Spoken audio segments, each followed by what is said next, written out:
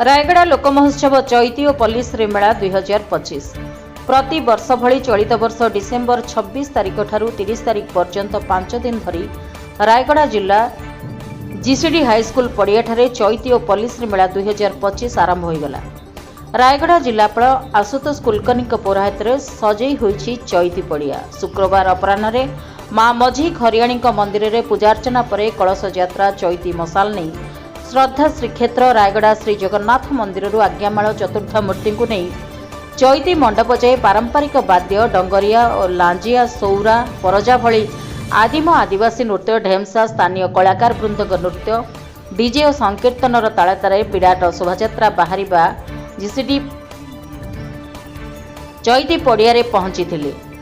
जिला संस्कृति परिषद अध्यक्ष तथा जिलापाल श्री कुलकर्णी सभापतित्व आयोजित उद्घाटनी समारोह में ओडिशा सरकार मत्स्य और प्राणी संपद विकास मंत्री गोकुलानंद मल्लिक मुख्य अतिथि भाव जोगदे चैती महोत्सव उद्घाटन करते। कोरापुट सांसद सप्तगिरी उलाका रायगड़ा विधायक काड्राक अपलास्वामी विषमकटक विधायक नीलमाधव हिक्का गुणुपुर विधायक सत्यजित गमांग अतिरिक्त जिलापाल साधारण नवीन चंद्र नायक सम्मानित अतिथि भाव जोगदे देखा मिली।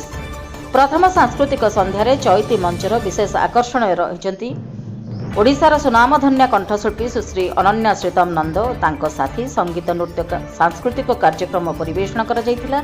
विभिन्न प्रतियोगितारे कृति हासिल करिथिबा छात्र छात्री मानकु पुरस्कार वितरण करा जायतिला। अतिथि मानकु उत्तरीय फटोचित्र देई संबर्धित करा जायतिला।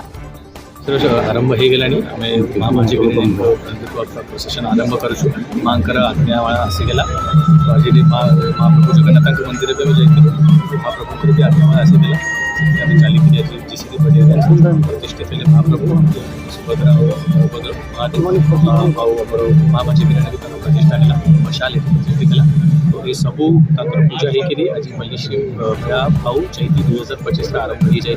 आज प्रथम दिन अच्छे गेस्ट मैंने भी आसवे तार अफिशियल इनॉग्रेशन होकर कल्चरल परफॉर्मेंस स्टार्ट आरंभ।